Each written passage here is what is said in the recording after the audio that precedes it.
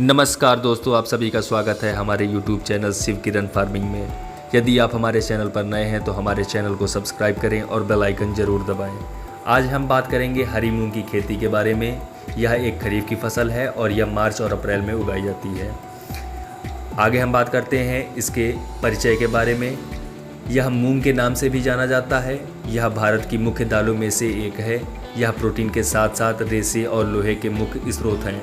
यह पंजाब के खरीफ की ऋतु के समय और गर्मी के मौसम में उगाई जाती है। पंजाब में यह लगभग 5.2 हज़ार हेक्टेयर रकबे पर उगाई जाती है और इसकी कुल पैदावार 4.5 हज़ार टन है। आगे बात करते हैं इसके जलवायु की। इसका तापमान 25 डिग्री सेल्सियस से 30 डिग्री सेल्सियस होना चाहिए। आगे हम बात करेंगे इसके मिट्टी की। इसकी खेती मिट्टी की व्यापक किस्मों में की जा सकती है। यह अच्छे निकास वाली दोमट से रेतीली दोमट मिट्टी में उगाने पर अच्छे परिणाम देती है। नमक और जल जमाव वाली मिट्टी इसकी खेती के लिए उपयुक्त नहीं है। आगे हम बात करेंगे प्रसिद्ध किस्में और पैदावार की। पहली किस्म है SSL 1827 के बारे में। यह किस्म हरी मूंग और उड़द में से सुमेल से तैयार की गई है। इसकी औसतन पैदावार 5 क्विंटल प्रति एकड़ होती है। यह किस्म पीला चितकबरा रोग के प्रतिरोधी है। आगे बात करते हैं दूसरे किस्म की ML 2056 की। यह खरीफ ऋतु के अनुकूल है। इसके पौधे मध्यम कद के होते हैं। यह किस्म 75 दिनों में कटाई के लिए तैयार हो जाती है। इसकी हरी फली में 11 से 12 दाने होते हैं। यह चितकबरा रोग और पत्तों पर बनने वाले धब्बा रोगों के सहने योग्य है। इसके अलावा यह रस चूसने वाले कीड़े जैसे की तेलें और सफ़ेद मक्खी को सहने योग्य हैं। इसकी औसतन पैदावार 4.5 क्विंटल प्रति एकड़ होती है। आगे बात करते हैं तीसरे किस्म की ML 818 के बारे में। यह खरीफ ऋतु में उगाई जाने वाली किस्म है। पौधे का कद दरमियाना होता है। यह किस्म 80 दिनों में पक जाती है। प्रत्येक फली में 10 से 11 दाने होते हैं। यह किस्म पीला चितकबरा रोग और पत्तों के धब्बा रोग के प्रतिरोधक है। इसकी औसतन पैदावार 4.9 क्विंटल प्रति एकड़ होती है।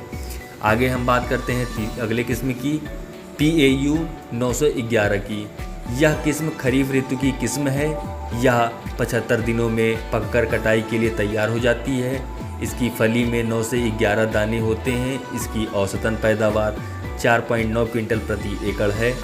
इसके दाने दरमियाने मोटे और हरे होते हैं। अगले किस्म की बात करते हैं SML 668 की। यह किस्म गर्मी की ऋतु में लगाई जाती है। इसके बूटे छोटे होते हैं और यह 60 दिनों में पक जाती है। इसकी फलियां लंबी और हर फली में 10 से 11 दाने होते हैं। यह जुएं और मूंग के चितकबरे रोग के सहने योग्य हैं। इसकी औसतन पैदावार 4.5 क्विंटल प्रति एकड़ होती है। अब हम बात करेंगे अगले किस्म की SML 832 के बारे में। यह गर्मी ऋतु के बीजने वाली किस्म है। इसका बूटा दरमियाने कद का होता है। यह किस्म 60 दिनों में पक जाती है। इसकी प्रत्येक फली में 10 दाने होते हैं। इसके दाने दरमियाने और चमकीले हरे रंग के होते हैं। इसकी औसतन पैदावार 4.5 क्विंटल प्रति एकड़ होती है। अब हम बात करेंगे आगे अगले किस्म की जवाहर 45 के बारे में। यह भारत के उत्तरी और प्रायद्वीप क्षेत्रों में उगाने वाली दरमियाने समय में तैयार होने वाली किस्म है।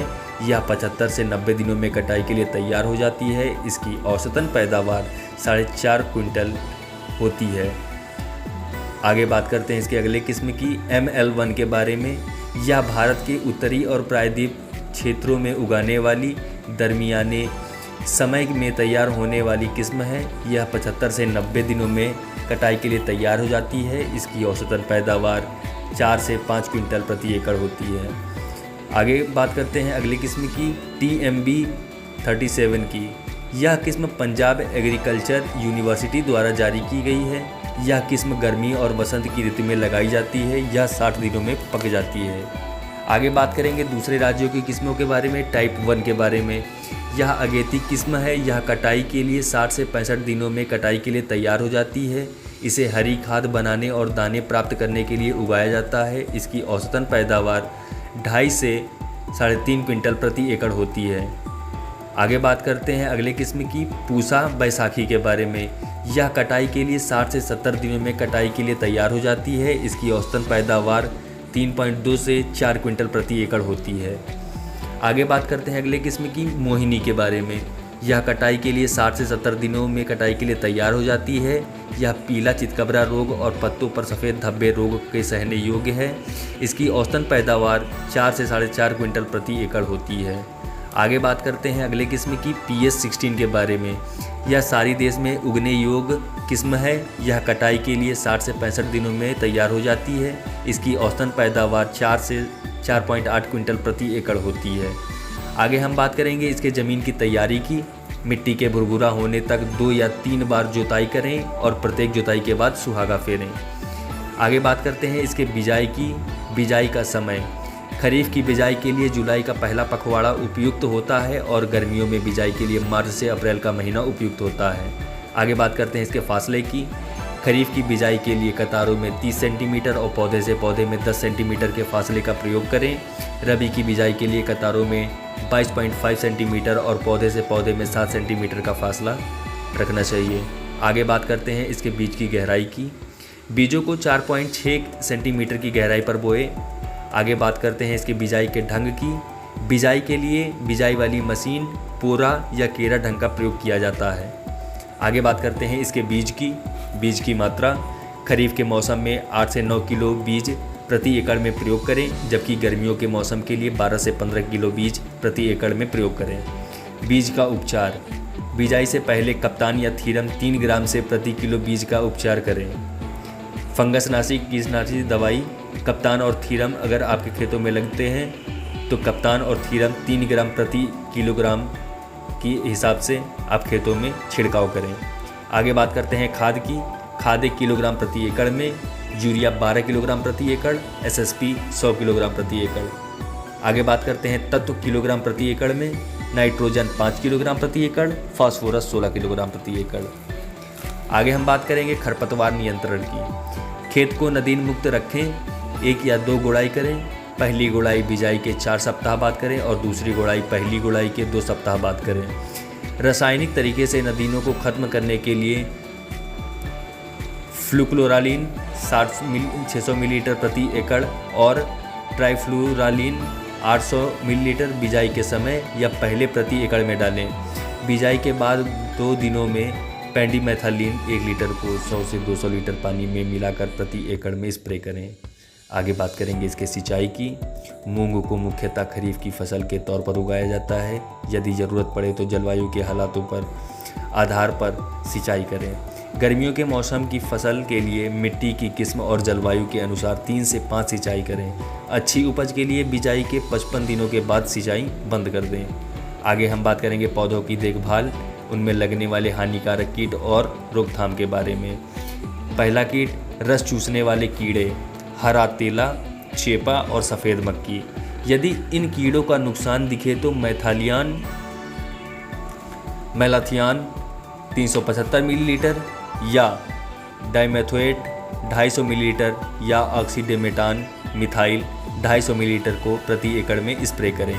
सफ़ेद मक्खी की रोकथाम के लिए थाइमेथोक्सम 40 ग्राम या ट्राइजोफास 600 मिलीलीटर की प्रति एकड़ में स्प्रे करें। यदि ज़रूरत पड़े तो पहली स्प्रे के 10 दिनों के बाद दूसरी स्प्रे करें। आगे बात करेंगे दूसरे कीट की जू के बारे में। यदि इनका हमला दिखे तो डाइमेथोएट 30 EC 150 मिलीलीटर की प्रति एकड़ में स्प्रे करें। अगले कीट की बात करें ब्लिस्टर बीटल के बारे में। इसके कारण फूल निकलने की अवस्था में ज़्यादा नुकसान होता है। यह फूलों कलियों को खाती है जिससे दाने नहीं बनते। यदि इसका हमला दिखे तो इंडोएक्सकार्ब 14.5 SC 200 मिलीलीटर या एसीफेट 75 SC 800 ग्राम की प्रति एकड़ में स्प्रे करें। स्प्रे शाम के समय करें। यदि ज़रूरत हो तो पहली स्प्रे के 10 दिन के बाद दूसरी स्प्रे करें। आगे हम बात करेंगे अगले कीट की फली छेदक के बारे में। यह गंभीर कीट है जिसके कारण उपज में भारी नुकसान होता है। यदि इसका हमला दिखे तो इंडोएस्कार्ब 14.5 SC 200 मिलीलीटर या एसीफेट 75 SP 800 ग्राम या स्पिनोसाइड 45 SC 60 मिलीलीटर की प्रति एकड़ में स्प्रे करें। 2 सप्ताह बाद दूसरी स्प्रे करें। आगे बात करेंगे इसके अगले कीट की तंबाकू सुंडी के बारे में। इसकी रोकथाम के लिए एसीफेट 57 SP 800 ग्राम या क्लोरपाइरिफास 20 EC 1.5 लीटर की प्रति एकड़ में स्प्रे करें। पहली स्प्रे के 10 दिनों के बाद दूसरी स्प्रे करें। आगे बात करेंगे इसके अगले कीट की, बालों वाली सुंडी के बारे में। इसकी रोकथाम के लिए यदि कम हमला हो तो सुंडी के हाथों से उठाएं और नष्ट करें या केरोसिन डालकर नष्ट करें। यदि इसका हमला ज़्यादा हो तो क्विनलफास 500 मिलीलीटर या डाइक्लोरवास 200 मिलीलीटर की प्रति एकड़ में स्प्रे करें। अब आगे बात करते हैं इसके बीमारियों और रोकथाम के बारे में। पहली बीमारी है पीला चितकबरा रोग। यह सफ़ेद मक्खी के कारण फैलता है, जिससे पत्तों और पीले रंग के धब्बे दिखाई देते हैं।